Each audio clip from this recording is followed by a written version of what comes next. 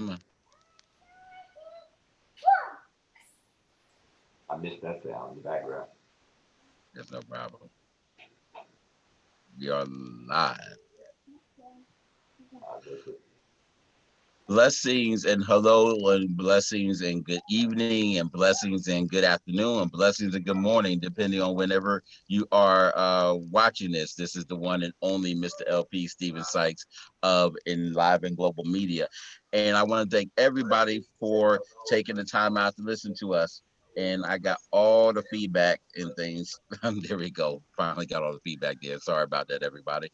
Thank you for joining us in Live and Global Media for our second part today regarding what does tomorrow look like financially. We are trying to help bring the world a little bit closer with our global media. I believe in using technology and the means of helping others and expanding our world.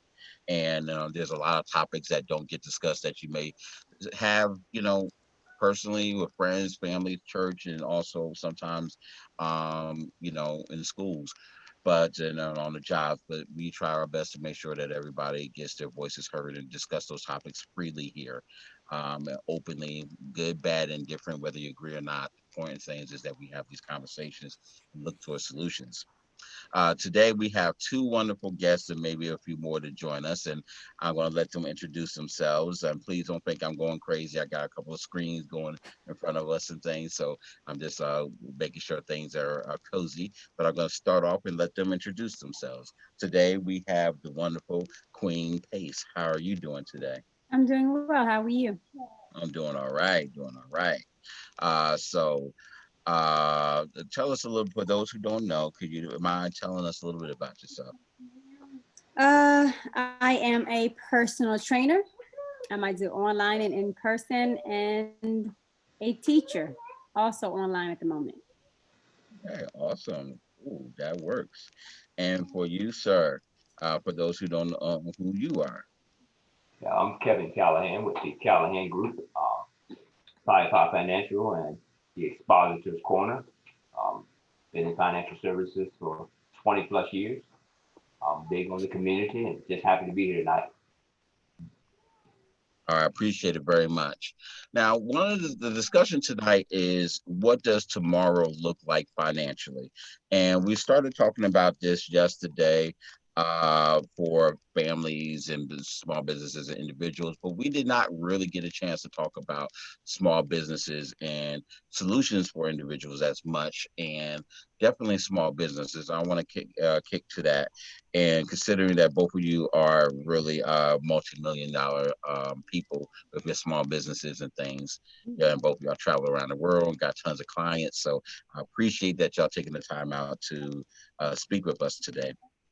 Um, First off, I wanted to ask, how did the recent situation with COVID-19 and also, unfortunately, right now, the various protests and discussions we having regarding civil rights and racism and white supremacy, how has all of this affected you via small business wise? Ms. Pace? For me personally, it's just really made me have to rethink a few things and regarding how I work with my clients. Because, of course, when you're training, you're dealing with a lot of breath and body fluids, sweat, spit, that kind of thing. So it just, so I had to adjust some things. So instead of seeing, I still see some clients face to face, but other than that, it's online, depending upon how active they are out, just in order to keep my older clients or my clients who have older parents or sickly people living with them or who they see to keep them safe. So you just have to readjust. So some people still want that one-on-one, so you lose a few, but then you'll pick up other ones that are appreciative of the caution. Okay. Mr. Callahan. Awesome, awesome. With mine, it's a little different. I own a transportation business as well. We do a whole lot of contracting with, Amazon, stuff like that. That went insane. So it's amazing how this whole dynamic of this virus situation affects the community in different ways, small businesses in different ways. Some are excelling right now, some it's hurting. At the end of the day, all of us have to understand that we're going to have to rethink how the future is going to look because it's going to change. This whole dynamic with the rioting, these viruses, it literally has changed the whole landscape of our country. And small businesses, as you know, if you read the data, we've lost a whole lot of them. I mean, we have lost a ton of small businesses. And I just want to say this part. The reason I'm so sympathetic to that, even though mine seems to be prospering now, is I lost one before and had to short sell my house and everything collapsed back in '08 when the economy tanked. So I know how it feels to lose everything. You have to reinvent yourself and, get your mindset together and realize, you know what, you can't quit, can't give up. You're going to win this thing. Amen. Amen on that one. One of the things I want to talk about, and we've both talked about this offline and things like that in terms of our relationship with money. And we talk about this a lot with regarding especially individuals, but that also plays a role within ourselves in terms of our businesses and our communities, whether you are a you know, partner, solopreneur, or you work with other people and how you work and interact within the community. What do you feel that we could do in terms of improving our relationships with money? I'm going to start back the other direction with you, King Callahan. And what are your thoughts on that? Me and you talked about this before, Stephen. There's Mhm. one thing that we got to look at before we look at anything else, and it's called the human condition. I've been doing financial services so well over 20 years. I've seen the human condition destroy aspirations over and over and over again. And that big human condition is discipline. That's how you improve your relationships when it comes to money, is understanding what money is, understanding the human condition of how discipline plays into you growing wealth. There's this age-old saying that goes like this, that becoming wealthy is simply a decision that's made at one point, second point, third point, fourth point, fifth point in your life.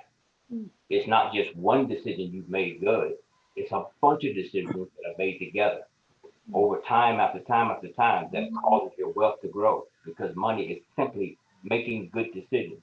But if you're not familiar with how money works and your education about money is skewed, your decision is going to always cause you not to gain wealth. You're going to throw it away as fast as it comes. We see that with the stimulus checks. I was looking at a report the other day and saw how many people received this $1,200 stimulus check. And you didn't see hardly any new businesses starting, even little small online businesses. Right. With that money. Are you with me? I looked at that data and it broke my heart. No, I'm definitely with you, because for me it was amazing, and I'm not against people getting what you need, because we're all different. So I can understand you saying, like you're getting a check and saying, you know what, I need to pay my rent this month, because we all know that's real. That's right. That's the first thing we have to do. But at the same time, it seems like to me, so many people never missed a beat when it came to eating out. And so I'm like, okay, so I understand you all want to treat yourself. We all, no one, you don't want to work. You go to work, then you come home and you have to work, or you're home all day and you're feeling trapped, and that's your release. That's food is your joy, or whatever it might be. But at the same time, you have to understand, if you're going to like to a Spanish, some kind of Latin restaurant, right? And you're getting beans and rice and a piece of chicken, and you're paying $10. Like, you could have literally brought that entire meal, a whole for days, and for the family for that $10 and have leftovers. So, so at the same time, I'm like, I understand it, but for me, that should be a luxury, so that extra little 10, 20, I don't care if it's, a couple of dollars, make some bookmarks. Like, I'm selling bookmarks for 50 cents a piece. What do you say to people now? And I'm agreeing with you, but a lot of people, and please, if anybody has any comments and things, please share. What do you say to the people who feel like, okay, you know what, that's all fine and dandy, but A, we want to help small businesses, and B, we want to also help others do things. And like you said, I want to be able to do different things. What do you say to those people who are in those situations? Mind if I go? Please help yourself. Yeah, here's the point we have to see. The world has changed. when it comes to starting business now, that phrase doesn't mean the same thing it used to mean 20 years ago. 20 years ago, you needed money. You needed a lot of money. You needed capital to really make businesses happen. But in this age of technology, all you need is a little bit of knowledge about how to go online. For $50. You can start small businesses on. I like the bookmark idea. Something really small. It doesn't take a whole lot of money. I know kids right now that are on my Facebook page whose parents, they get it. They're struggling too, but they've showed their kids how to do little sales on Facebook. And they're selling unbelievable amounts of little teeny things, just baby stuff. So we can still make it happen if the desire is really there. And I understand paying the bills. I've lost so much. I've probably lost more money than most people have made. I've had terrible situations that hit my life. So I know what it feels like not to be able to pay the bills. You got to go get the groceries. Man, I get that. But at the same time, some decision has to be made about your future. There's two words that we got to look at. You can either look at the word of progressive or sustainment. And a lot of us have a sustaining or a survival mindset. And when you're trying to just survive mentally, that's staying in the same place with the same thought process. And it's tiring. And oh, can you say that again for me? It's tiring. So tiring. That alone will make your days Come feel on. you're never ending, because all you're doing is working to survive, and that's not living. No, So if you're working to survive, you're graying early, your health is off, you're gaining weight, you're looking raggedy, and you're like, I take care of myself, I don't understand, I'm doing this, I'm doing that. You're doing everything you should, but you feel like garbage because you're just working to survive, and that's not how we were meant to live. Come on, you're preaching right now. That's not how. You know, so, and I mean, and don't let me get it twisted. Don't let me speak incorrectly or anything. It's not as though I've been training for like over 10 years. It's been a long time. And none of it was easy. I don't want anyone to think that doing your own thing is easy. It's so much easier to show up and say, I'm at work. Like, I'm gonna get a check regardless. It's so much easier. Like, I'm here, so you're gonna pay me if I'm in the bathroom sleeping or whatever else I'm doing. It's so much easier. But at the same time, it's not as peaceful. There you go. When you're going into work, it's work. When you're going into your own thing, it's just life. Yeah, it's just life. You know, like when I meet my clients, like people be like, man, like I used to train early morning, late night, you know, the whole nine. And people were like, man, you always working. No, I'm not always working. I'm always out. Yeah. But I don't mind it. You know, like I have the ability, if we don't click, you need to find a new trainer because I'm not the person for you. I have that ability. When you're working, you don't have that choice. Whoever shows up, deal with it. Yes, sir, boss, whatever it is, it doesn't matter because that's your job. Yeah. But in my life, I don't have to work with people who disrespect me or who don't see my value or who belittle or who, whatever it is. You know, if I choose, it literally doesn't matter. Maybe you wear purple and I hate purple. Well, you know what? Purple bothers my eyesight, so we're done. There you go. Whatever it is, you have that ability. Like, it literally is your life. So it's not easy because and you do. Like, I used to work morning through, you know, like morning, night, whenever. Because why? Because I had bills to pay. I had the building you were speaking of. It's harder. Honestly, this has been like, because I don't have no buildings. I'm not worried about trying to get a building again. Before this, I was like, oh, I need, you know, because I had closed down. And I was just doing my in-home. I was like, I'm gonna get another building. And now I'm like, what, another building? Oh, we can go to the park. Yeah, there you go. We can go online. Like, it's freeing because I don't have that extra stress. Before I was doing buildings, I had to, and the thing is, when you're an owner, when it's yours, everyone gets paid before you.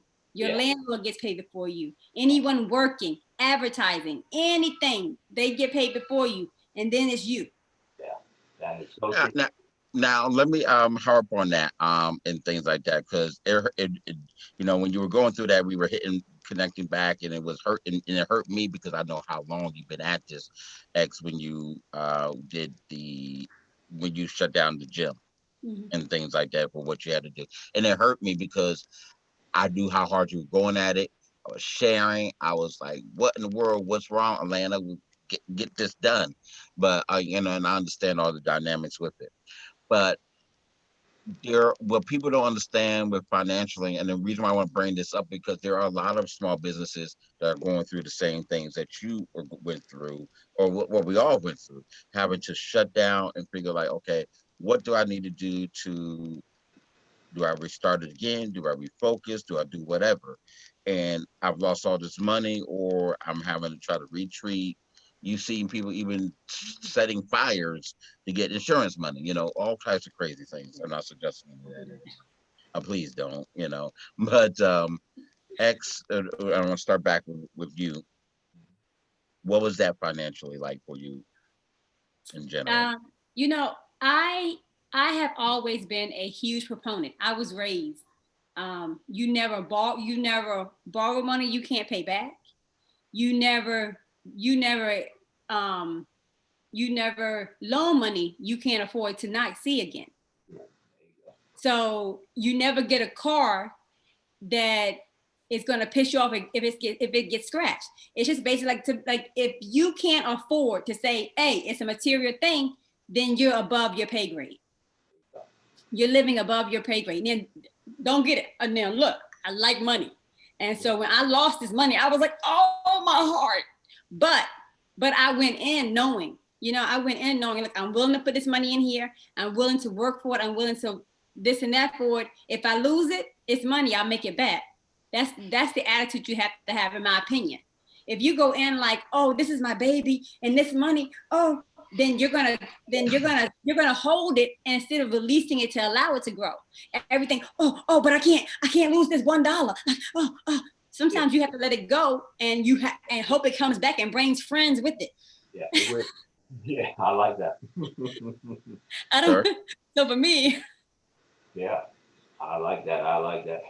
Yeah, she's right on point. She's right on point. It's a mentality. I call it self culture. That means you've gotten into a point where you've actually probably separated yourself from the past culture that you may have grown up with, of being stingy, of not having money, and not understanding it. And you've gotten to a point where you're like, you know what, I think totally different now. I see money in a different way. I always tell people that money is a means to an end. Years ago, I did a seminar in Chesterfield, Virginia, probably 15 years ago, and I taught a seminar on being a problem solver. And see, the reason I'm bringing that up now is because where we are in this world right now, that's going to be the new business, kings and queens. Who can solve the problems that people are having right now? Who can solve the problems of getting product to them? Who can solve the problems of them shutting us down? Because believe me, there's going to come a second wave where they try to shut us down again. Who's going to be able to help develop systems and put things in place where we can thrive as businesses? We got the currency in the United States is about to change. The dollar's going away. It's going to be out of here. They're tanking that on purpose. So I keep telling people, wake up, digital currency. There's markets for you to start your own business right there. We're at the beginning of it. There's so many new business sectors out here that we really have no excuse right now. But I like what you said. It's pretty much a mental thing. Where are you mentally? Are you just to chase cash? Or are you there to chase the passion, the purpose? Because people can see through you. They'll see it. If you have passion about what you're doing, people are oftentimes gravitate towards your conviction about what you're doing versus you trying to sell them a line of convincing them to come do business with me. That's one thing I've never done in 26 years is try to convince anyone to come do business with me because I meant it when I started it that I was in this to change lives. My whole story was my mom got scammed and she got scammed by a life insurance agent for a huge policy she couldn't afford. She died from cancer a year later after she got the policy.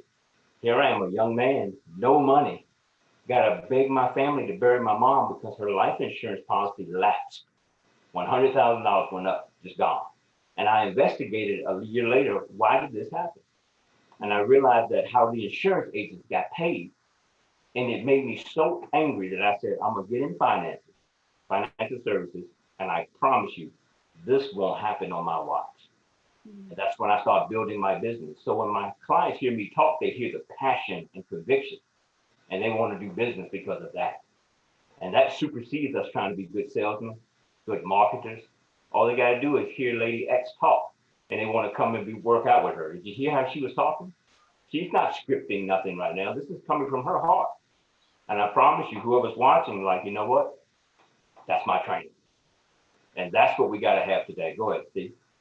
When we sit there and one of the things you mentioned about in the digital world. One of the big things that I've been talking about, and I'm a shameless plug, please look into joining our Wealth Faction group, where we talk about alternative investing and explaining the world of investing overall to those who may not be familiar with and did not grow up learning about it. We talk about a variety of different things. So please, it's just $2 a month or $20 a year.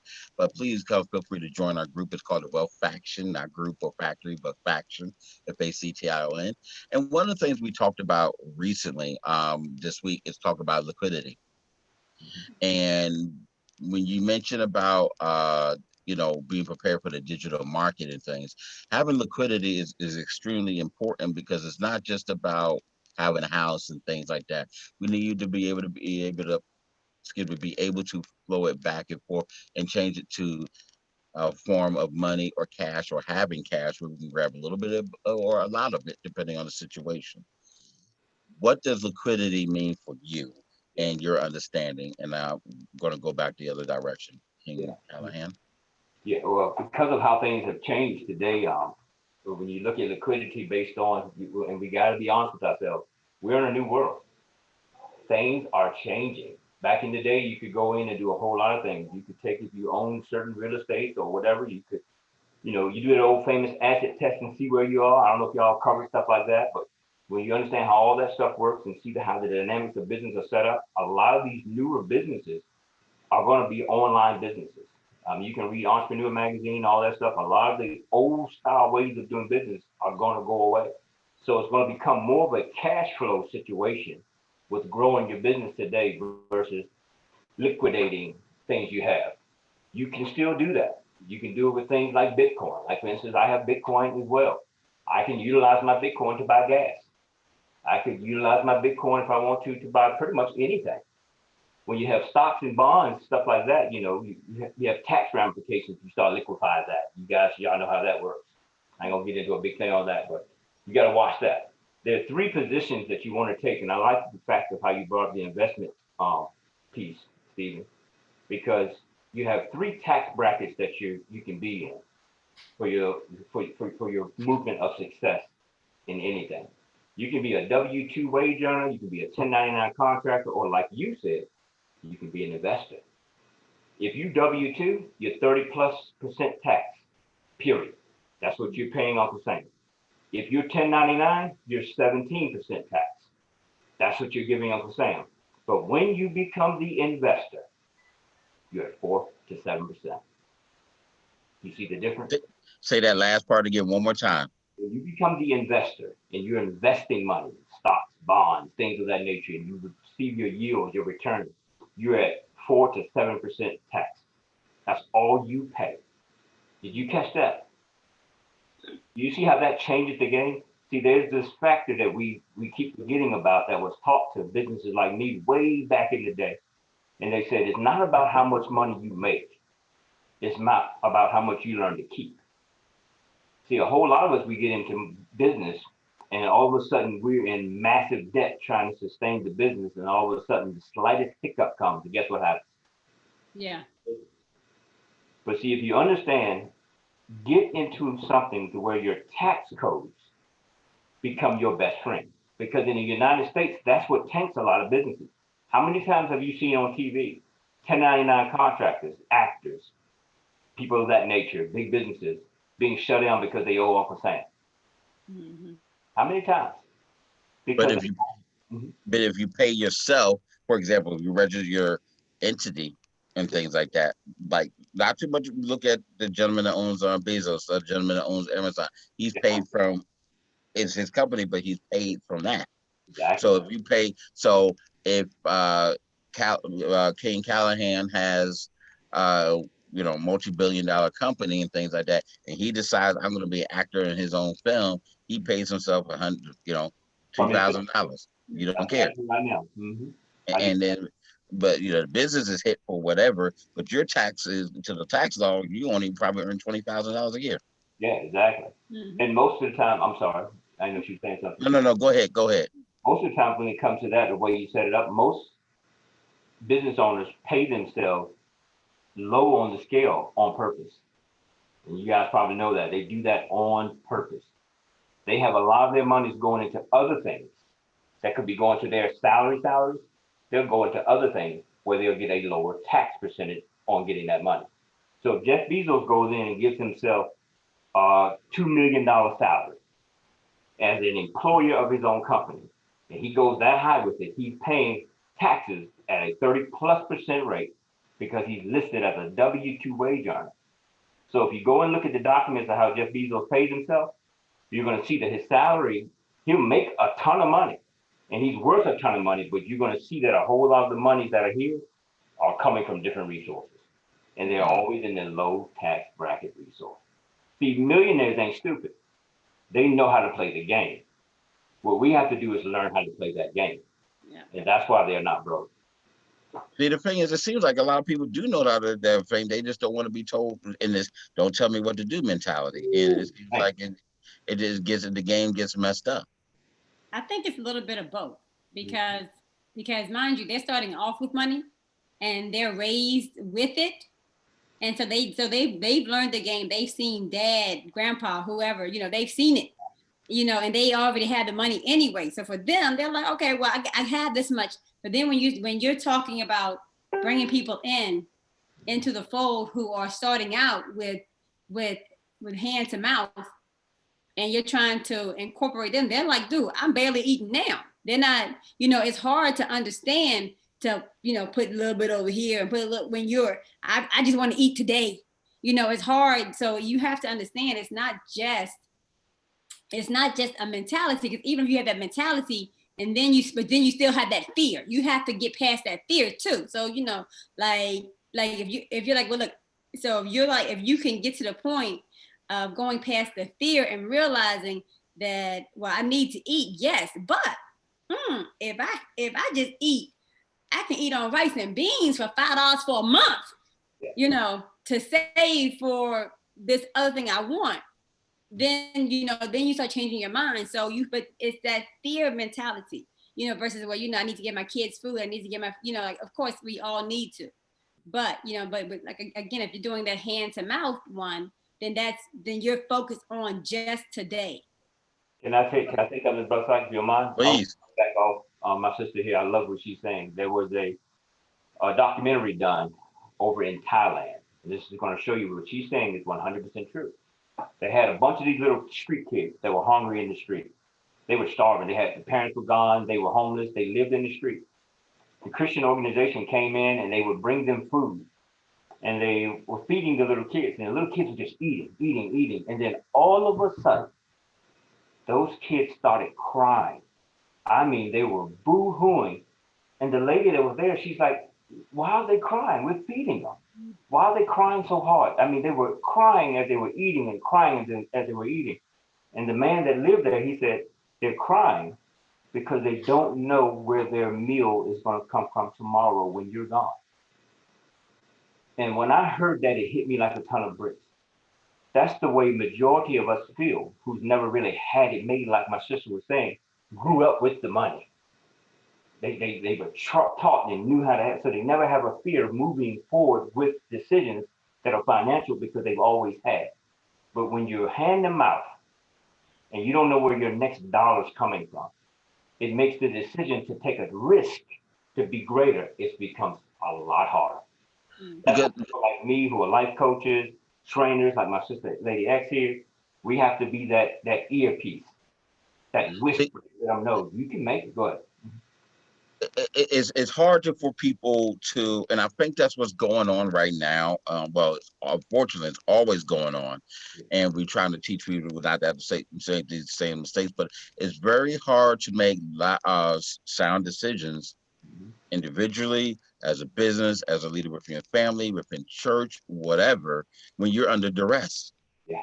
You know, so when you're hungry, you know, you're trying to keep a roof over your head, you're trying to do things. We're trying to come around and say, hey, take that $100 and put it this, and we're gonna make it a blah blah blah. And I don't have my kids is eating peanut butter and jelly. Mhm. And I don't know how I'm gonna get things. Yeah. We fuss, and people tend to be on the outside looking in. Whereas, okay, we'll say, for example, Comcast is putting out the deal. You know what? Low income, whatever. We're going to give you internet $25 a month plus tax, so you pay $28 a month. Call it a day. That's internet for everybody. Okay, it's slow, but it's enough for the kids to get the homework done. And they're looking at it as $25, $27. Yeah, that's no problem. Blah blah blah. But that is a problem. See, that $25 is uh, whether I could buy Joy soap from the Dollar Tree or some laundry detergent. That means, before we had the Dollar Tree, we all, if you don't know, you don't know. But, there are many people who were buying Joy because that was the better one at the time. And sometimes Dove, if you was, sensitive, that was people's detergent. You did, and let's kick it old school before those who don't know. Okay. And I've seen it, done it. Who done shaved off the soap, the chips and things, and crushed it and put that in the laundry. So there was all these different things that's went on. So that $25 is hard for somebody to understand. And we're talking about investing, financials, that life insurance, blah, blah, blah, to the person that's right here. And the biggest mistake that our politicians have, besides the fact that they forget that they work for us, not the other way around, is that you can't budget out of poverty. It's real hard. It's real And hard. I just said something here. I want to jump to you, sir, but I'm gonna let X jump in on this. Yeah. Mm-hmm. On which part? I'm sorry. I know. I don't Now, interrupt the game. okay, so Go ahead. I'm going to make a comment that's probably not going to be popular. I already love you for that. Hold on. Your last statement, I got my tea. that you cannot budget out of poverty. I don't like this statement. Mhm. And I'm going to tell you why. Mhm. Because I'm not saying that if you budget, you're going to be a millionaire. I'm not going to say that. If it was, I'd be having somebody feed me grapes right now and fanning me by dabbing my forehead. So Come on. So I'm not saying that. At the same time, however, I will say that even in poverty, when you need help, 10 out of 10 times, you know someone else who also needs help. So in my opinion, even though it might not be ideal, you guys have an option. There's always the option of getting a roommate, getting two roommates, going from a 2-bedroom, if you're by yourself, to a 1-bedroom, and then getting a roommate. And I understand. You know what? We laugh, but that happens in every single major city in the world. There's plenty of people in New York that got 4 people in a 1-bedroom. Right, because it's just trying to save money. And the thing is, it's not just cities. You can do this, if you're in the country and and your grandparents left you a house and you're not, well, okay, I have a house now, I can't really afford a house for myself. Then you go ask your boy John, Chris, and Ben, yo, you guys want to pay me to rent out a room? Yeah, I'm saying it's gonna make you pay, but it can slowly creep you out. This is, and you have to understand, so many different people have shown it. They come over from overseas, or they sneaking in on nothing, and they slide in with their they get a little job. They're not getting paid a lot because it's under the table, because you're illegal. I'm not paying you. It is what it is. I'm not even gonna lie about it. You're not getting minimum wage. You're illegal. Take this little $5 and leave me alone. But you know what I'm saying. But they're staying with people, and they're pocketing. They're they're getting what they need to get to survive, to eat, and they're tucking the rest until they can get their own. So when it comes to budgeting out of poverty, I'm not saying it's easy, but nor am I saying it's impossible. No, I'm bringing that in terms of the conversation, and I agree with you because you have it's not easy. You gotta hustle, do a few extra things. I totally get it because that's how our grandmothers and grandparents and anybody else made it, no matter what culture. But to be honest with you, you have to work with things. And when you mentioning about the staying together, that's just investing in yourself and maintaining it. We made a post. I don't know if it was you, me, or both. Don't sell grandma's home. Yeah, there's a whole bunch of other different things, and you can go along with that. Uh, Coach Callahan, I'm going to leave the floor to you on that one because yeah, your eyes twitch. I can see that star coming in, man. It tells the truth, man. Go on ahead. The thing that with me, I've been doing, I started my financial services business with credit repair way back in the day. I think 1998. I've actually helped people come out of the actual projects to home ownership. It didn't happen overnight. It took a minute. You better believe me. It took some 4 or 5 years, but we had to stay at it, stay with it.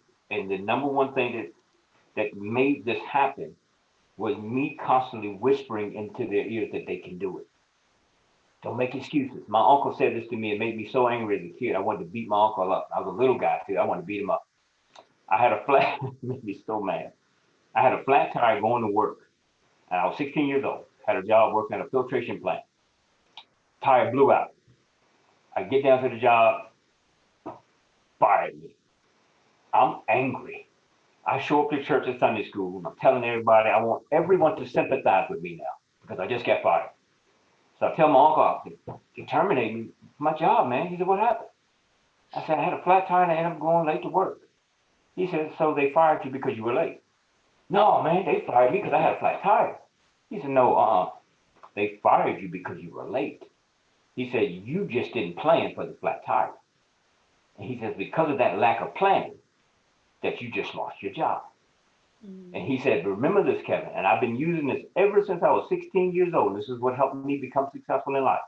I never forgot that. My anger flipped at about 20 years old, thinking about what he said. And what he told me next was this. He said, "Remember, an excuse is nothing more than a covered up lie." And that changed my life. What if I got held up because I was robbed, and then I had to get the police report. I called the job to let them know I was robbed and blah blah, blah, and they got mad because then they say I was late. Yeah, when it comes to, I'll use this example to help with that. You have what they call discipline, and then you have what they call extreme discipline. When you have simple discipline, is you making up your mind, I'm gonna do the diligence, and I'm gonna go outside of the barriers of diligence to make it happen. Extreme discipline is when you go in and you grab everything that's possible to try to make this thing happen. You put everything you got into it. You go overboard with it. When your situation and circumstances surpass your ability to control it, that's no longer an excuse when something happens. That's the reality of your life. It's like me being born black is not an excuse that I'm now being treated or mistreated because of my color. That's not an excuse because I'm black. Mm-hmm. It's not my excuse, even if it is someone else's. Mm-hmm. I won't take it on as my excuse. Right. Because if I take that on as my excuse, they control me. So, I remember a couple of times. I know I shoot well over 80, 90 something times. I got stopped with this stop and frisk when that was going on in New York. And in fact, they still do it even though they ain't supposed to in some cases. I know I was late to one meeting and they wanted to get mad at me for it. And I said, look, when you're in that situation, you don't get to say, "Oh, let me call my job. I'm being stopped and frisked." It don't happen that way. And they don't write you a note to say, "Oh, I was stopped and frisked." I'm sorry, it's not where you're gonna get a note from the doctor. And they know that this is going on, and they hold you up, search you, and this, and to go through all of these different things. And I told the guy, like, he kept telling me, "You just making excuses because you just weren't prepared and you didn't plan." Look, some things is beyond your control. I didn't do it, and he tried to tell me I didn't plan. Who plans to be stopped by the police? And he tried to say, "Well, and he literally said, 'You're a black man. You should expect it. You're a black man working in Wall Street. You should expect to be stopped by the police. I look at life from the measurement of time. It's the most precious thing that God has given man is time. Nothing you own is more precious than the seconds and the minutes and the hours of your life. Absolutely nothing. Your family, no, they're not more precious than that, because how can you spend time with your family if you have no time? Time is extremely precious. So here's what I do. If a church calls me to come speak because I'm a minister, I got to go speak. I'll go to Sunday school at that church on purpose. You know why? Because if I go, yeah, just so I can be there way early for the engagement that they actually called me for. Mhm. So what I've done is that I've sacrificed my time and expanded it to make sure that when I hit the pulpit, my mind is clear. I'm not racing. I just need to make it in. See, I can't live like that. That makes me feel ill. And I'm sure y'all the same way.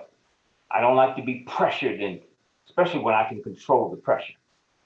For me, it depends. Now, when it comes to training, Mhm. because it's easy, because Yeah. because you're all because you ready to go. So I can show up 5 minutes. Let's go immediately. So I'm already ready. So that's not a. I Yeah. don't need that calming. I don't need that calming. If I'm calming, they're like, "What's going on right now? Are you good?" Like so. In a high energy field. Yeah. Right. But now I will say, I sometimes I dance at different churches. Okay. And for that, I do go earlier because of the fact that you don't want to be walking through the door. Okay, and Miss Pace, because then you're like, because you're not in the spirit. You don't have it. Like you don't have the music in your mind. You don't have that kind of thing. So it's a different mentality according to what you're doing. There you go. Mm-hmm. So, so yeah. So it depends. It really does. And the thing, since we're talking about business, all it's leading to is preparation. Mm-hmm. That's the biggest thing. That's what all that we're talking about right now on this side of the topic is, how do we get new business owners, current business owners to prepare for what's coming? To talk Exactly. about So what what? eventually. So what's the process? What is and as you jump in this, I'm gonna do a little something different here because I want people to know that we care, we try our best and things like that. I'm gonna pull up the little what we call uh the little whiteboard here with Zoom. So we love technology and things like that. So I'm gonna pull it up here and things, and I want to just go ahead and start. So what can we what are, just to break it down, because we all know there's more to this, okay? But to break it down, what are 5 things, or it could be more or less, but can you give me 5 things? What do we do? I'm a small business. I want to prepare. I don't want to get caught by COVID, because God knows in 2021 it could be COVID 20 as far as we know, or something else. And then even now we've got schools opening, but not the same way, and going to basically be the same, not too much more different than what we had before. Whole bunch of, like you said, the game has changed. The rules of engagement is different. How can we prepare? I think the first thing for me is to brainstorm. No one knows your business like you. No one knows what you can offer. No one knows your own ability but you. So I can tell you all day long, do A, B, C, and D. But if you can't do it, then it doesn't matter what I say. So you need to, the small business, whoever it is, they need to sit back and realize, okay, this is what I do. If you know what I'm saying, like this is what I do. How can I adjust what I do to make it convenient, to make it pliable with the current situation? Maybe I won't be able to do as much. Maybe maybe prices will have to go a little lower to bring some of my clientele back in who's not, who's feeling this way. Are we adjusting to the situation, or make the situation adjust to you? You have to do both. It's not, look, we it's your world, but it's not about you. You're in the world. So when you're in the world, a piece of you is of the world, but that doesn't mean that you are the world. So does that make sense at all? I'm saying a Yes. whole lot of worlds. Oh, no, it makes tons of sense, ton of sense. So you have to, it's give and take, you know, so right now we're in COVID. Okay. So, you know, I have a client, and he's really just a stretch client. You know, he walks the mall, he does, so he's on his feet a lot. So he's a stretch client, but again, he's in the mall. So, so in order to make the situation work for us, then I strap up the same way I would when I'm going to the grocery store. I strap up and he knows he needs to wear his mask. So, and we do it close by the bathroom so that when we're done, I can wash up. I can, so you have to, it's both. You adjust to the situation, but you make the situation work for you. My clients who, I have clients who are sickly or, or elderly type deal, then we'll, okay, what can we do? Do you have online? Let me figure out how to tell you how to get online. Buy and show you, assist you. You have to be willing to work with it. So it's a combination. Okay. Love it. That's excellent. Excellent. I would like to add one in here. And this is something you don't really hear a whole lot about, but after 20 plus years, I'm telling you, this one can't be missed. And it's called, why are you even doing it? And that's for the current business owners, and that's for brand new business owners. Because if you haven't defined the why, I promise you, you're not going to see it through when the obstacles come. Because it has to be a reason that's bigger than you. Anytime you're going to push for something, and I love how Sister X keeps saying it, she says this so much, she needs to write a book on this. It's not about you. See, when you can realize that it's a bigger picture here than just you. When I start a business, it's got to be bigger than just me. It has to be my family and my children and then the people that I'm employing. It has to be bigger than me. It can't just be, I'm going to do this to make a few dollars. So I can go get me a new Lexus, get me a big house, because soon as the true obstacles come, I'm out of here, finding another way to make means to get those things. But when it becomes because I've hired Brother Sykes and such and such is working for me, and they got families to take care of, and they're depending on me now, my why becomes huge. And so when the obstacles come, they're less likely to stop me. So I want to make sure I get that message over to a lot of the businesses who've been hurt, who's thinking about giving up because of everything that's going on. Ask yourself, why did you start it in the first place? And what was your reason for doing this in the first place? Yeah. And then look at the obstacles that we have now and ask yourself and be honest, are these obstacles big enough to make me quit? Can I add to that? Yes, ma'am. On top of that, I would say that this is the perfect time when you're reevaluating why you're doing it.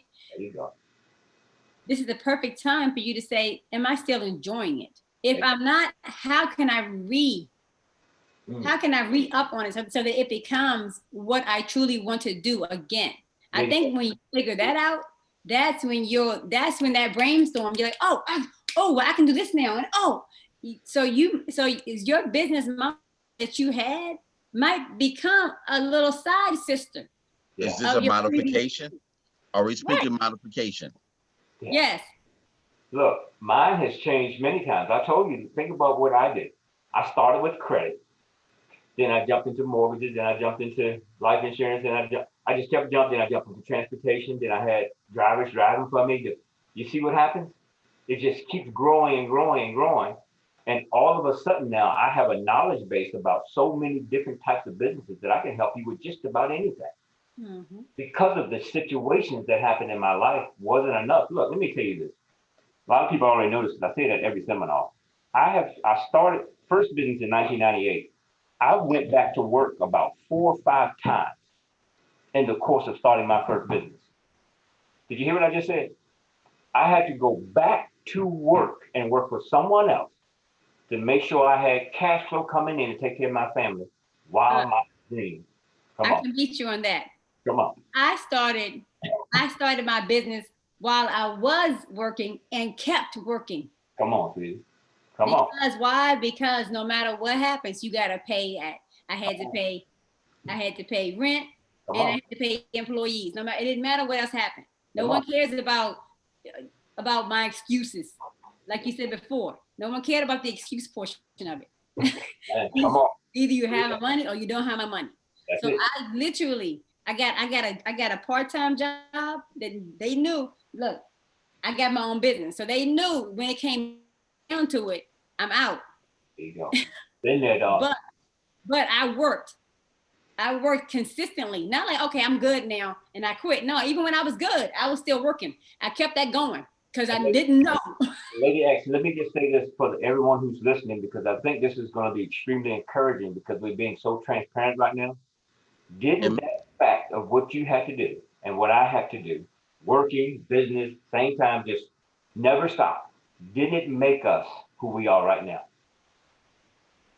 Every bit of that helped define the character of who we are today. Yeah. So when people look at us and they hear us talk and say, oh, wow, you're making six figures doing this, you're making this, you got this. I want to have what you have. I'm like, are you sure? Because what I went through to get here, it wasn't easy. did I Mhm. did I capture? I'm capturing all of this for people who may be watching this down the line. I'm typing all this on a pretty little whiteboard. Am I missing anything here? I'm not reading, so I don't know. Not a problem. But I just capturing some highlights and points and things like that. I'm just always trying to gather some of those things. And it's interesting that you mentioned is your love, enjoying, and one of the things. And I want to give a shout out to Miss Gwen Hurt, Shoe Crazy Wine. She brought up a point, and we all kept saying it and things, but she just simplified it. The word pivot. Mhm. And the reason why I was saying it because a lot of people are having trouble pivoting. For example, some people are used to doing all these other things, activities, and whatever. And I'm encouraging and saying, listen, we got long before all of this. We got the web and things, and don't mind speaking in front of people and TV and radio and running around handing out stuff. But then I'm asking, hey, let's do this web wise and the guy, a good friend of mine, he is struggling with this because I kept telling him, I said, listen, just because it's not, you couldn't go to these events and speak and things like that, all these stuff, do it on your own. Don't worry about having to go to these locations and everything else. You got all the platform here. Here's my Zoom. Here's some other one. Whatever you want, I got you. But they're having trouble because it's not providing that instant gratification or the format that they're used to with the microphone and set up and walking around and interacting. You can do the same thing. It's just in a different way. And if you're really good, you can't be all things to all people. And granted, some people are better in certain dynamics, but you have to. The way I view it is you have to go back to the old school of acting where you had not only could act, but you had to sing, you had to dance, you had to play an instrument, you had, if you could tap dance, even better, all of these other things. And then you had to do your own marketing. And when you did, and back then, you didn't even have the opportunity to go around and things like that. And nowadays, you see people very specialized, and which is okay. But at some point, you have to come out of that specialization and expand yourself more. Some think you may be running all over the place, but that's not necessarily the case because you are your best promoter, no matter how much marketing and branding and everything else.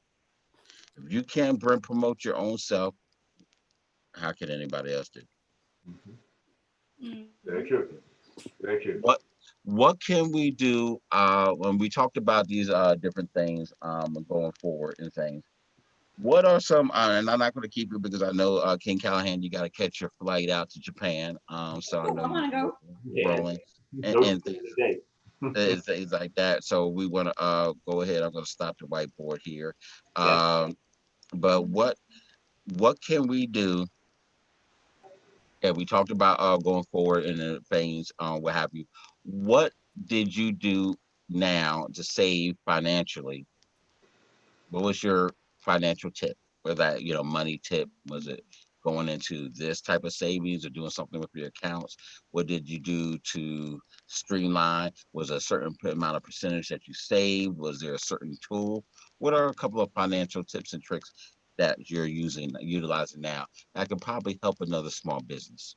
Yeah. Well, I'll tell you what we're doing right now, because being in financial services, you get to see things that the public may not understand, and that's what we have to kind of educate. And so one thing that me and my wife are doing that's real aggressive right now, instead of money going into a savings account, we're going to have that money go into our digital currency account, because you can still access it just like you could in the savings, but you're not getting the yield in the savings that you're getting in the digital world. It's not even remotely close. You can do 5 to 7% easy in the digital world, where you're not even getting 0.0003 in that bank savings account. So I'm trying to teach people that, listen, don't look at your growing your wealth as something that needs to happen overnight. If you look at it like that, you're going to get scammed. Let me tell you this big study I did long ago, 2011, December 11th, 2008. This guy named Warren Buffett got arrested. I mean, not Warren Buffett, but what's his name? Oh man, I was just about to say it too. Wasn't Stephen Sykes? That's all I know. No. I'm sitting here thinking about Warren Buffett because Warren Buffett had Bernie Madoff. Oh. Bernie Madoff got arrested in 2011, 2008, something like that, because of his scam that he did. He scammed people out of $65 billion. Let me explain to you how he scammed them out of $65 billion. Because the people that invested with Bernie Madoff was believing that they could have their money grow exponentially overnight. Are you with me? So they gave it to him, no research, no nothing. I've watched many of the documentaries of the victims, and they asked him, did you ask him questions about what he? No. They just trusted because he attached himself to the emotions of humanity, their desire to have a lot fast. So he painted pictures with his mouth that matched the desires of what paintings they wanted to buy. And that happens so much.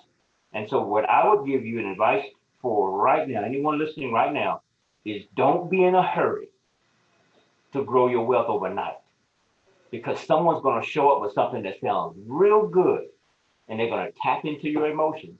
And what little bit that you could have grown slowly to a great nest egg is going to be taken real fast because you jumped into something you shouldn't have jumped into. And you know what's sad about that Bernie Madoff thing? Yeah. He was using a lot of people believed in it because he was. Here's the trick. Also, a trick with that, he was using the other money from other people to pay other people, Yeah, and then the ones that were like, okay, giving out this. Now we're talking about the small players in real life here. The ones that are doing $5,000 and $10,000 dumping in, or maybe $20,000, those are the small players. I know that seems like, oh, whatever, but he was taking the millionaire people, millions, and paying off all the 10,000, 5,000, 1,000 people in the hedge funds. So they like, oh shoot, I done made all this money real fast. Exactly. And the small people doing the same mistakes. What they do is what? Running their mouth and talk. So they're going to talk more than the big players. Big players keep their mouth shut. So they were doing all of this stuff. Now, the funny thing about it, all of this, he could have been extremely successful if he just actually took that money and put it in the hedge funds and did it smartly.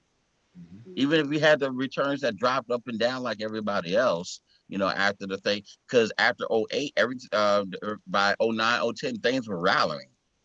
So if people could have just waited a year and a half or 2 years, they could have doubled that money and tripled it. All they had to do was wait, and all he had to do was put the money away.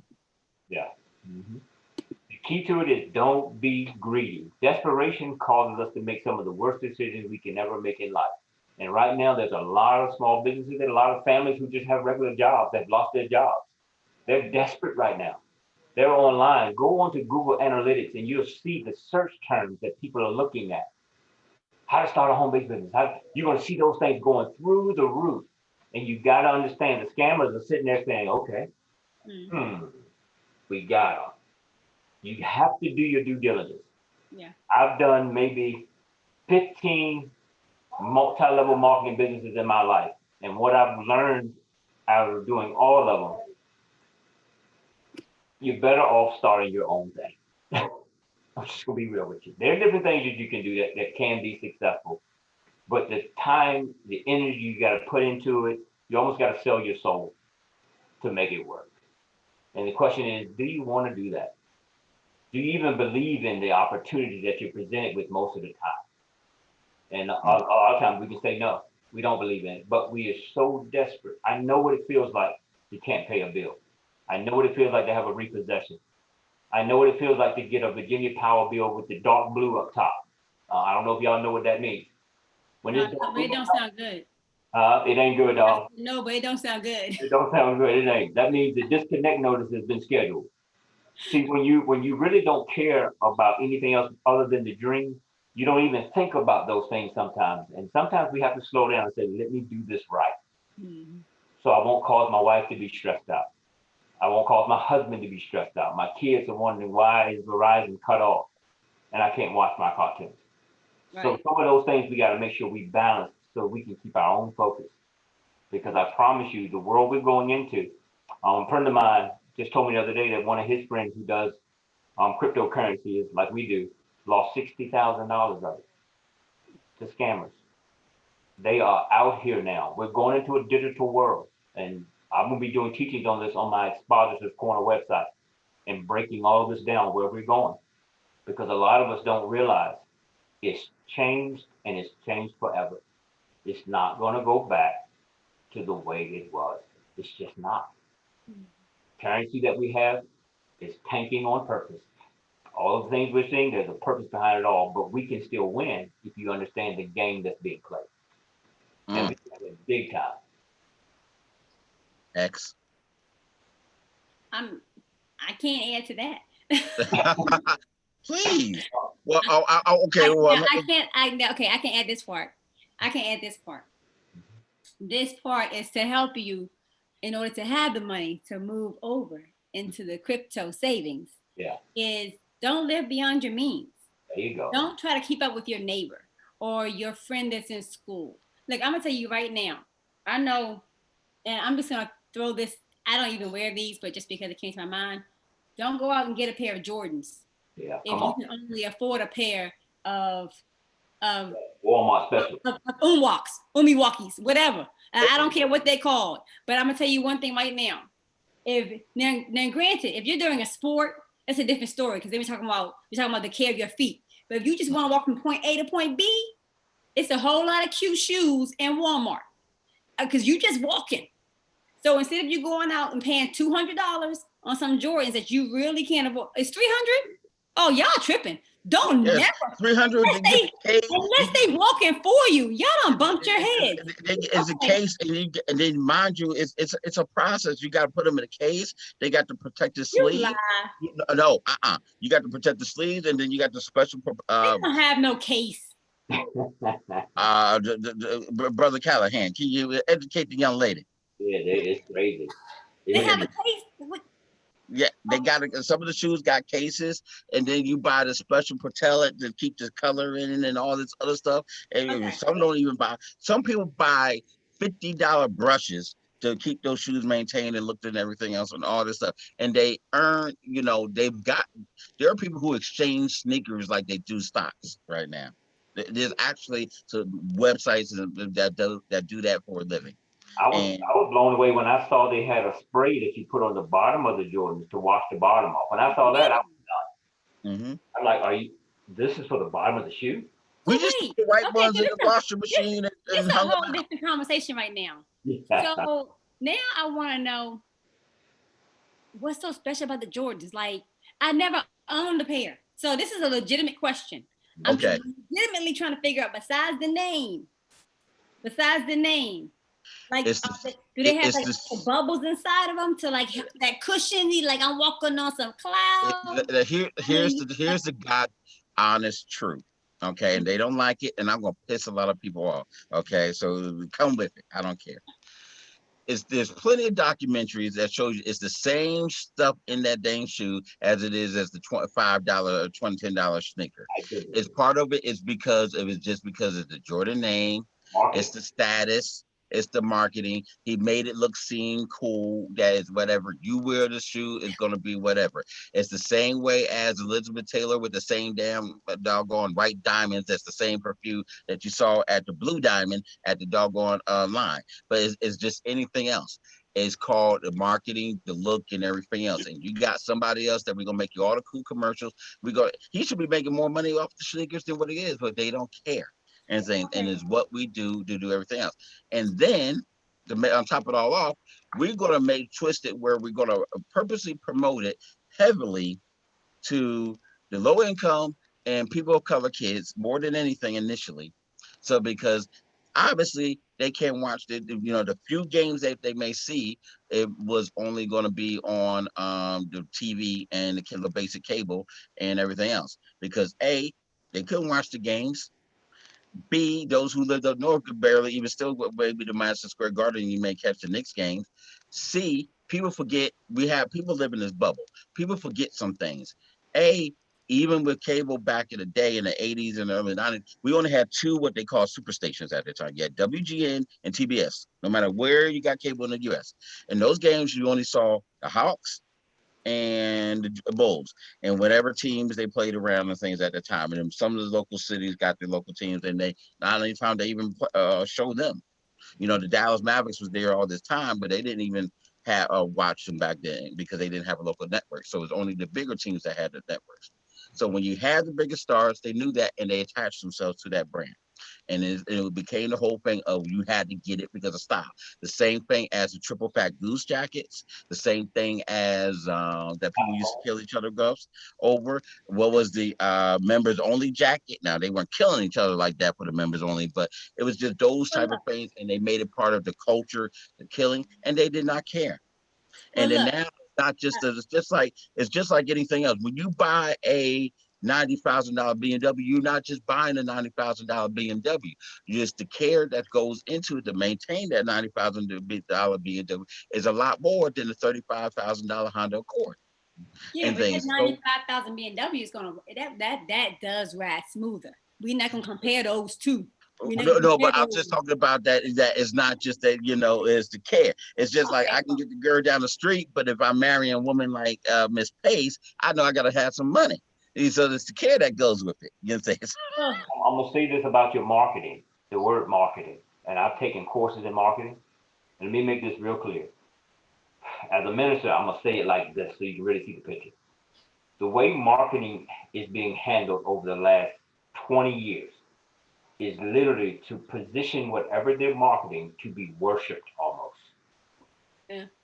It literally has. It has passed the point of saying that you just have to have this. It has now come to the point of making you believe you need it in order to survive. Yeah. And that's when it becomes worship. Yes. And that's what has happened in our world today. That's what the Jordans are doing. That's what so the iPhones are doing. I mean, are you kidding me? $2,000 for an iPhone? Yes. Yeah, you're right. Because I know, because I have never been cool. Because I'm not paying. If it's not talking for me, I'm not paying for it. If they're not walking for me, then and I thought, mind you, I use my feet. I legit I need good tennis shoes. And I'm still like, how much are they? Yeah. They over 60. What's that shoe store that closed? I'm so hurt.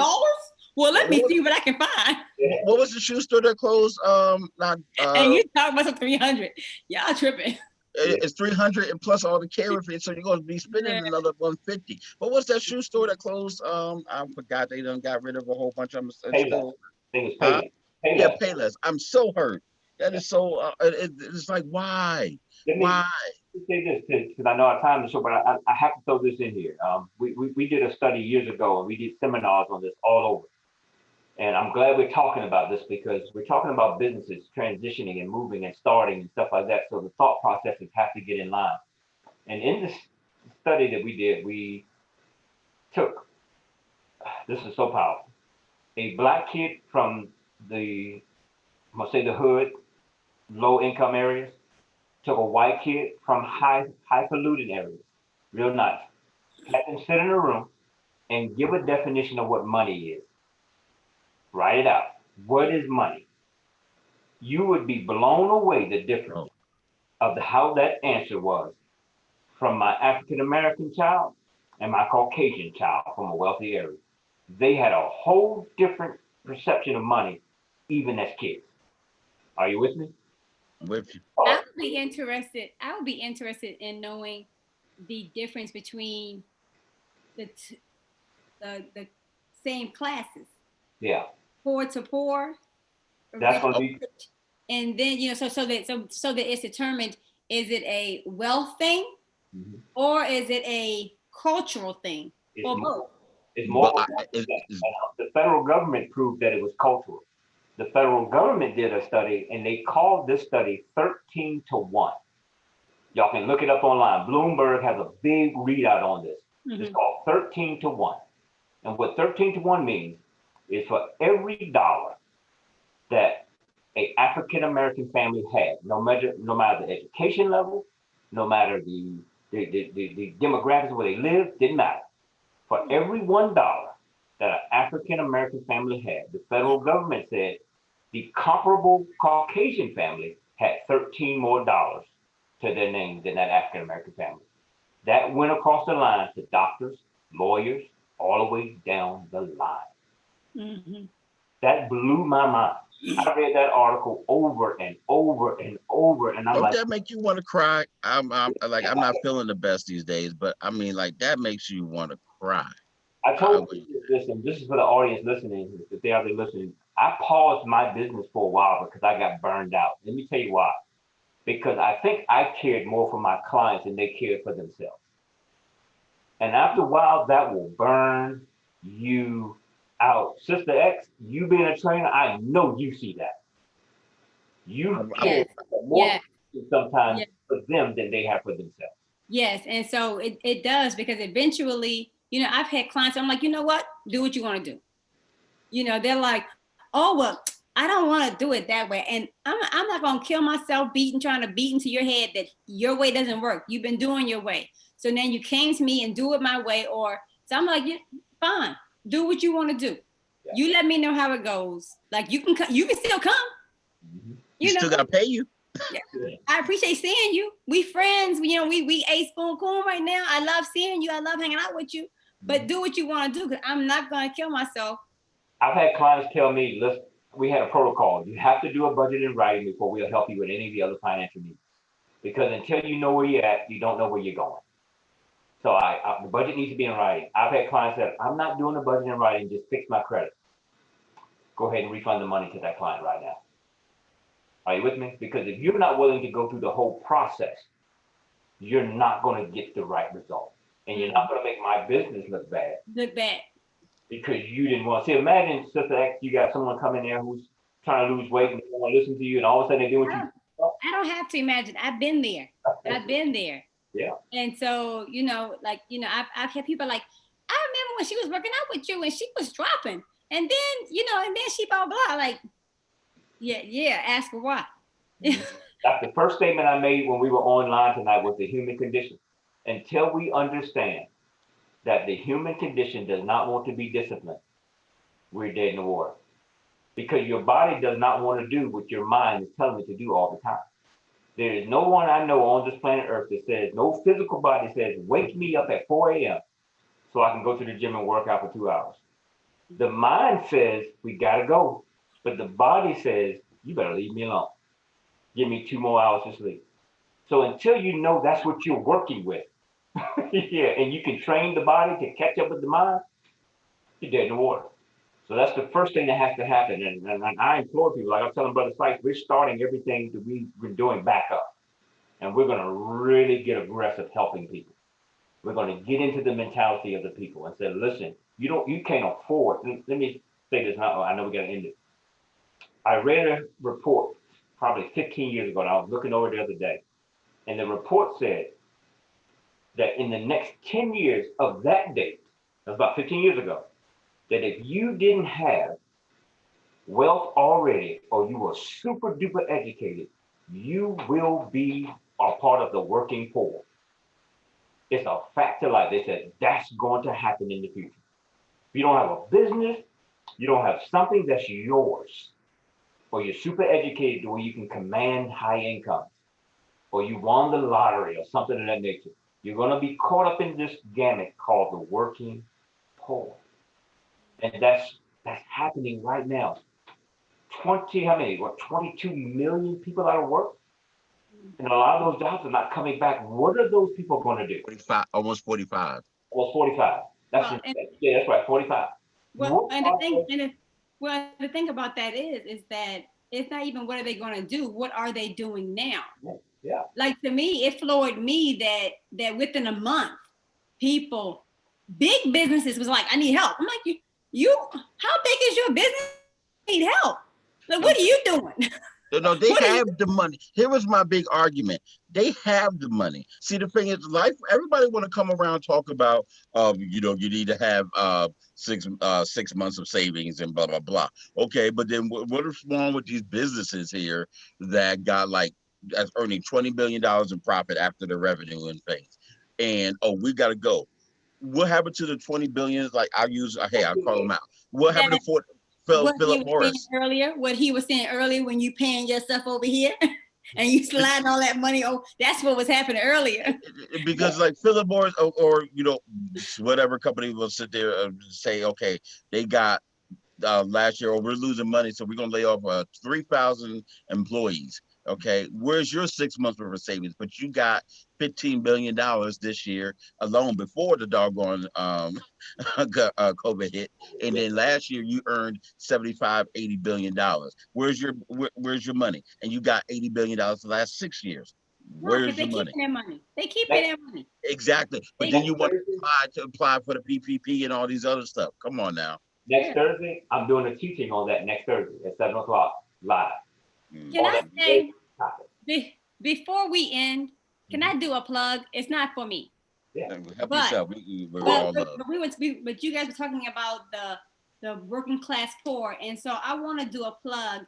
If you're in the Richmond area or you're around it, and you are working class, and you're struggling, maybe you're in the middle, or you just want that safety net, to hit up Bounty for Blessings.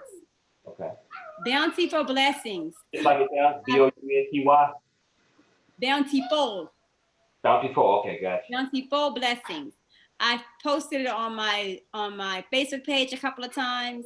I actually had I connected the founder of the program with Stephen a couple of months ago, I believe it was. Yeah, last year. But Wonderful to people. hook up with them, like they like the program itself, it's not a free program because it's not charity.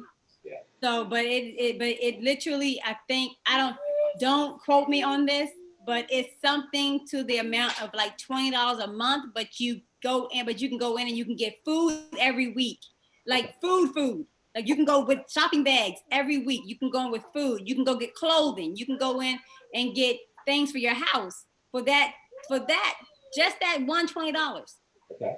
Okay. So it's not charity, but it's a help. That's Say it good. again.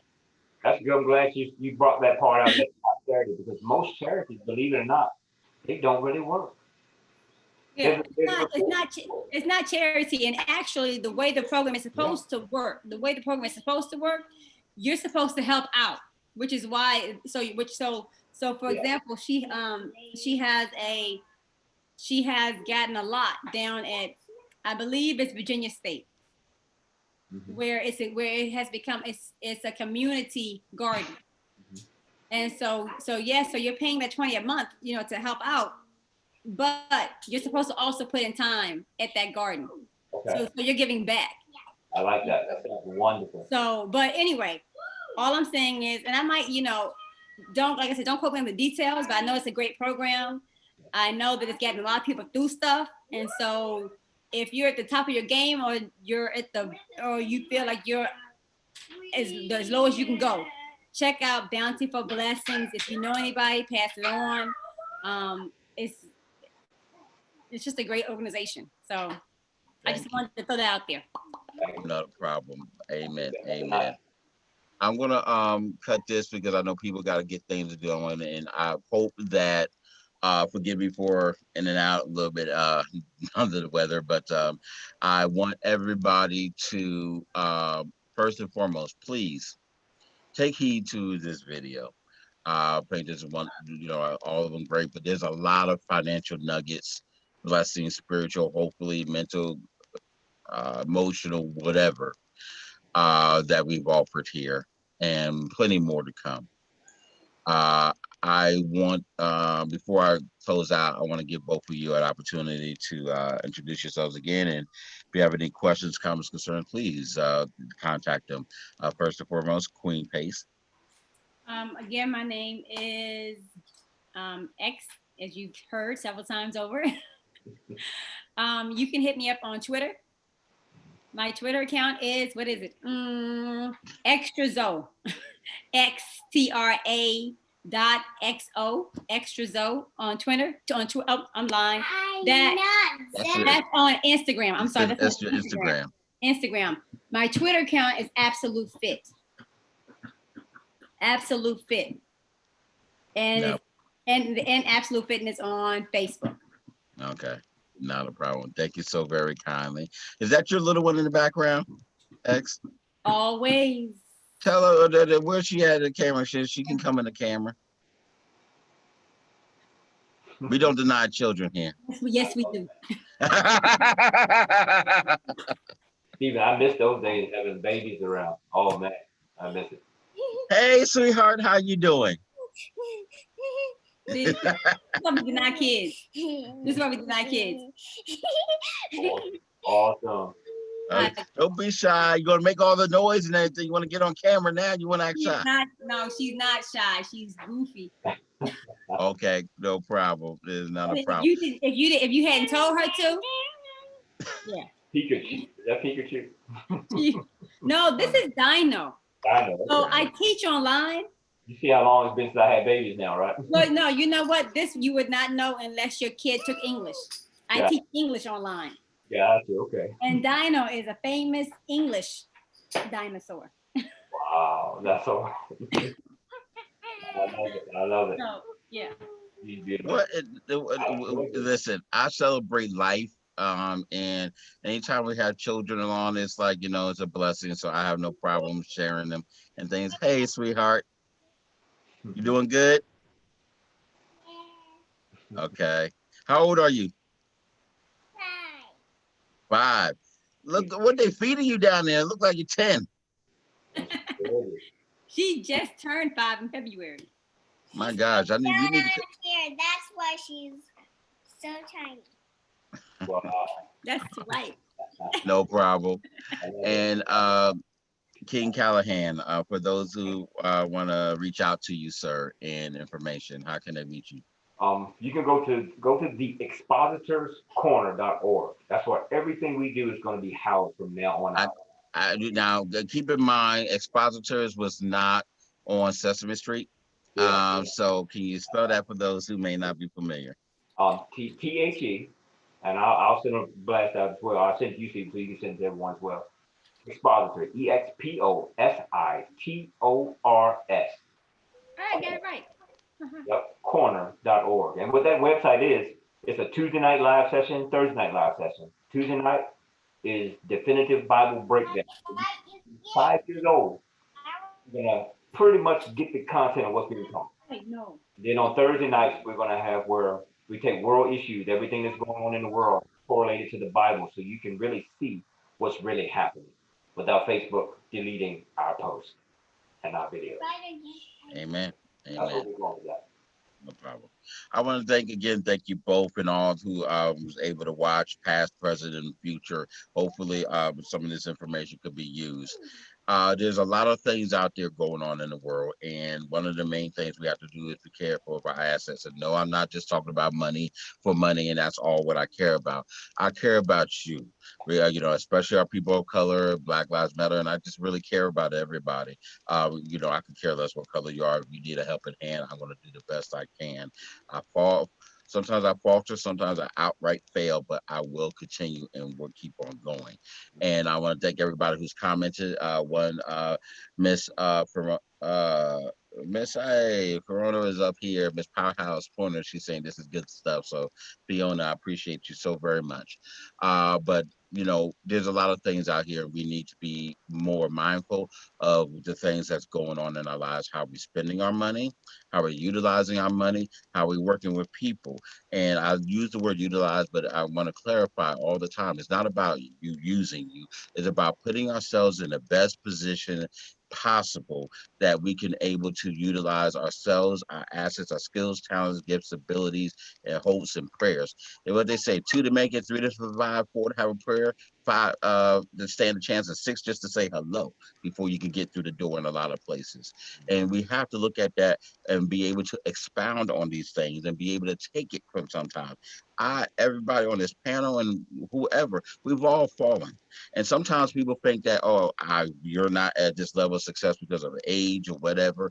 Sometimes you will listen more by and gain more by the person who has failed 100 times than the person that's been successful one time. Because you could get a whole bunch of different things. I'm going to tell you this quick story. I don't mean to get on a soapbox here, but hey, I got the stick. I'm going to put it in fifth gear. But one time overseas, excuse me, we were going to go out to eat. There were some other business partners and things like that. And we were going to the restaurant and we were walking by, and then this guy said, don't go in that restaurant and things. And I'm like, I'm not trying to, people are like, oh, don't listen to him. He's drunk and things like that. And he wasn't really drunk, he's just been outside all day, just exhausted. And don't go inside. So I said, well, hold up, y'all going ahead. I'm going to check out and things. I may go in, I may go somewhere else. They went on ahead. They're like, suit yourself. And I took notice that if that guy sitting at that corner, right across the thing and telling you to go, not go inside. I was just curious because he was really passionate. And, we're here, we dress differently, what have you. Obviously, we're not from the country. And I sat there and I literally got on the ground, on the sidewalk, and talked with that guy. And I learned more. I learned more about how money worked in that country and that restaurant than anything. And I went to the other place, got him some food, and we sat down there. And people walking around like, "Wow, I'm dressed up and eating with this guy on the street and things." But we he told me about how they were doing money in their business and people were sick and things like that. Certainly enough, when they came out, they were happy with the service. They treated them bad, everything else. People just went there because it was somehow popular for generations or what have you, but everything has fallen. And sometimes you have to look at things from a different perspective. And he's like, listen, and because they felt like he failed at life, he ain't doing nothing with life, you don't know what people's situations are, and everybody has a voice. And I say that in terms of like look at and listen to it. Now we may not agree, okay, but we have to learn to work together. And my only issue with an agreement is that when your agreement is doing two things, when it's minimizing the other person's voice, and when it's causing harm to another way of life, where I have to change myself, not for the better, but to put myself down to keep you up, or my way of life is being dampered in terms of my safety for myself, my family, children, anybody else, then we have a problem. And we have to look at that not only in how we deal with each other, but also how you deal with it with money. And I want people to be able to have the diversification with your money, diversify your portfolio, diversify how you use your money and things like that. Everything don't have to be with cash. Everything don't have to be with cards. Everything can be bartered and negotiated. Not everything, excuse me, but some things can be bartered and negotiated. It's just how you do things. And sometimes things don't work out. It's happened to me all the time. It happens to me today. But I'm here. And I'm willing to say, I'm sorry. I made a mistake. Thank you. I learned. I grow. Hey, young man. Hey, young woman. Let's keep on going. We've gotten into a habit of like, we used to, hey, young man, don't wear that shirt. Don't do this, don't that, whatever. And just encouraging. Now, sometimes we don't beat them over the head and browbeat, but still, there was some love in it. Now it's like, don't tell me what to do. And now we have a problem where people are not able to go forward because you're so into this instead of actually seeing the point in it. So I just want to leave that a few words with you all today. And the one last thing, and I was telling Coach Callahan today, is that, people are meant to be loved and things are meant to be used. Reason why this whole world is in so much of a chaos is because now people are being used and things are being loved. Let's think about that. I Right. thank you all so very much. Please feel free to reach out to us at Live in Global Media in ENLIVENGM at gmail.com, or hit us up on any of our Facebook pages or YouTube for comments and what have you. I thank you all. Y'all guests stay with me before we cut off, but I thank everybody else so very much for taking your time out. And please, may you have a great and blessed day. Bye bye, everybody. Bye. Thank you.